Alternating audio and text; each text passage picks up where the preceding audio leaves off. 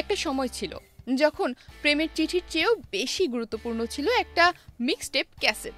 School ব্যাগে cassette, পকেটে pencil, কারণ ক্যাসেট জ্যাম হলে পেন্সিল দিয়ে রিওয়াইন্ড করাই ছিল নিয়ম। আর এখন ডিজিটাল যুগে যখন সবাই স্ট্রিমিংয়ে ব্যস্ত, তখন আবার ক্যাসেটের দিকে ফিরে তাকাচ্ছে গোটা একটা প্রজন্ম। 1979 সালে সনি প্রথম ওয়াকম্যান বাজারে আনে।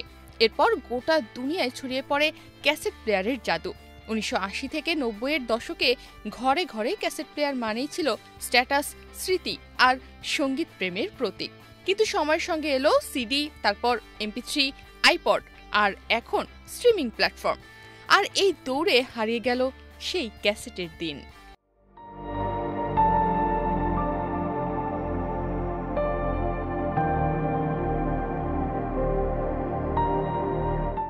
2000 সালের পর ক্যাসেট বিক্রি ধীরে ধীরে প্রায় শূন্যে নেমে আসে। 2015 সালে আমেরিকায় ক্যাসেট বিক্রি হয়েছিল মাত্র 81,000 কপি। তবে গল্প এখানেই শেষ নয়। 2024 সালে এসে অবাক করা এক তথ্য জানায় জার্নাল স্ট্রিট।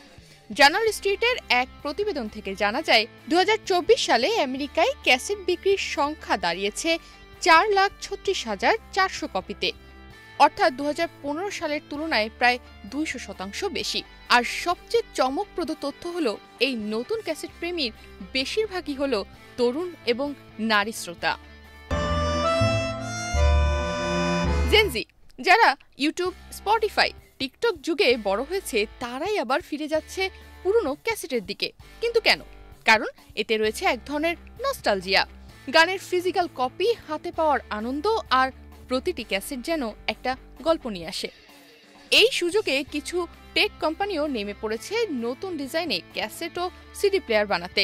উইয়ার, রিওয়াইন্ড এবং ফিও এই দুই কোম্পানি বাজারে এনেছে ব্লুটুথ সাপোর্টেড USB-C চার্জিং সুবিধাযুক্ত ক্যাসেট ও সিডি প্লেয়ার। তবে এখানেই প্রশ্ন উঠছে, এত উন্নত প্রযুক্তির যুগেও কেন এই নতুন প্লেয়ারগুলো এখনো 1979 সালের সাইজে আটকে আছে? 70-এর দশকের সাইজে বানানো নতুন ক্যাসেট প্লেয়ার দেখে কেউ কেউ বলছেন নতুন প্লেয়ারের চেয়ে এটা তেমন স্মার্ট কিছুই না। তাহলে কি সত্যি পুরনো প্রযুক্তি বেশি উন্নত ছিল? অনেকেই মনে করেন নতুন প্রজন্ম মূলত এই ডিভাইসগুলোকে ব্যবহার করছে অনুভব করার জন্য, নট এফিসিয়েন্সির জন্য। তারা ক্যাসেট চালায় সময় নিয়ে, গান শুনে মন দিয়ে, আর প্রতিটি আওয়াজ, হুইসপার, হিন দ্য সাউন্ড মনে গেঁথে নেয় যেন একটি স্মৃতি। জার্নাল স্ট্রিটের প্রতিবেদন বলছে এই মুহূর্তে পুরো বিশ্বে ক্যাসেট বিক্রি 20 বছরের মধ্যে সর্বোচ্চ। ভিনাইল রেকর্ড টানা 17 বছর ধরে বাড়ছে। আর সিডি, সেটাও জেনজির চোখে আকর্ষণীয় হয়ে উঠেছে। তাই ক্যাসেট প্লেয়ারের গল্পটা শুধু প্রযুক্তির গল্প নয়, এটা এক ধরনের আবেগের গল্প, হারানো দিনের সুর ফিরে পাওয়ার গল্প। এটা সময়ের বিরুদ্ধে দাঁড়িয়ে থাকা এক টুকরো নস্টালজিয়া। তনিমা রহমান, বাংলাদেশ প্রতিদিন।